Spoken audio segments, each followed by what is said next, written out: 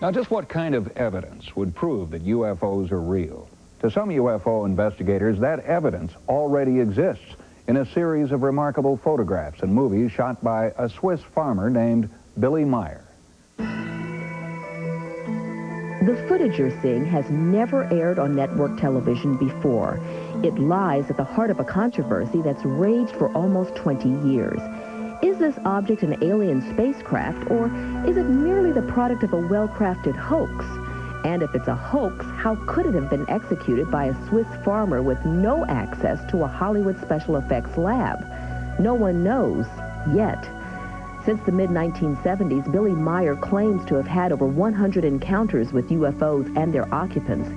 Compounding this controversy is the personal mystery that surrounds Meier, a man who has steadfastly refused to cooperate with the media. He's reluctant to work with investigators trying to prove or to disprove his evidence.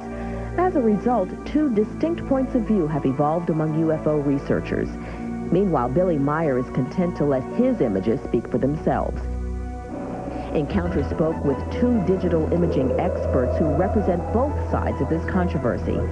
Jim Dilettoso, the president of Village Labs in Tempe, Arizona, and Kal Korff, president of Total Research in San Jose, California, have both analyzed the Meier photos and footage. Their conclusions could not be more different.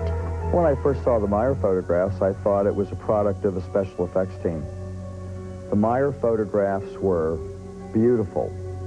The ships were totally in focus, up close, and I was amazed. I'd never seen anything like that before. The computer shows under color edge enhancement processing this supportive line above the image here, and you can see a second one above this other object here. And in 5 other photos that we have examined from this sequence, for a total of 6 separate pictures, we have found supportive structures. The entire focus of what's going on with extraterrestrials lives in the Meier case. Some of it looks suspicious. Some of it looks like it couldn't possibly be real. Some of it is real. Jim Dilettoso is an individual who is not qualified professionally or personally to render the verdicts, if you will, that he does on various UFO photographs. We have caught Dilettoso lying repeatedly about his background, and Jim Dilettoso's conclusions can never be replicated by anybody else except Jim Dilettoso. Disturbs me when he claims that I'm involved with a hoax, perpetrating a fraud, that we don't know what we're doing, that I'm getting rich off of it, because that's not what's true. And that's not what I'm about. So when I read these things, I don't like it. Joining us in studio are Jim Dilettoso and Kal Korff. Jim's among the staunchest supporters of the Meier evidence. Now Kal Korff feels quite differently. Kal believes that the Meier footage is simply not credible. Kal, why do you feel that way? Well, I've been to Switzerland, unlike Mr. Dilettoso, and I've examined the evidence firsthand. When you go to the actual locations where the images were taken, it is not possible for them to be framed or filmed the way that Billy Meier claims, and anyone can go there and independently check that themselves. Now, Jim, you've come up with some very different conclusions. Yes. Well, I don't agree with the fact that they can't be framed that way. What we've done is put together a team of experts going back over 15 years to examine the photographs, the hard evidence, and come up with the opinion based on scientific examination that these are real pictures. Okay, let me tell you what we've done. We've compiled a reel of some of Billy Meier's most convincing evidence, starting with photographs taken in the mid-70s of hovering UFOs. Now, Jim, what do you find so convincing about these pictures? Well, convincing is one thing, but that happens after examining the pictures. We never say, this is a UFO, or this is a flying saucer. We say, this is a large object, or this is a small object, and we find no evidence of a hoax. Well, for those who have never seen this before or not familiar with the whole Billy Meier story, what are we looking at?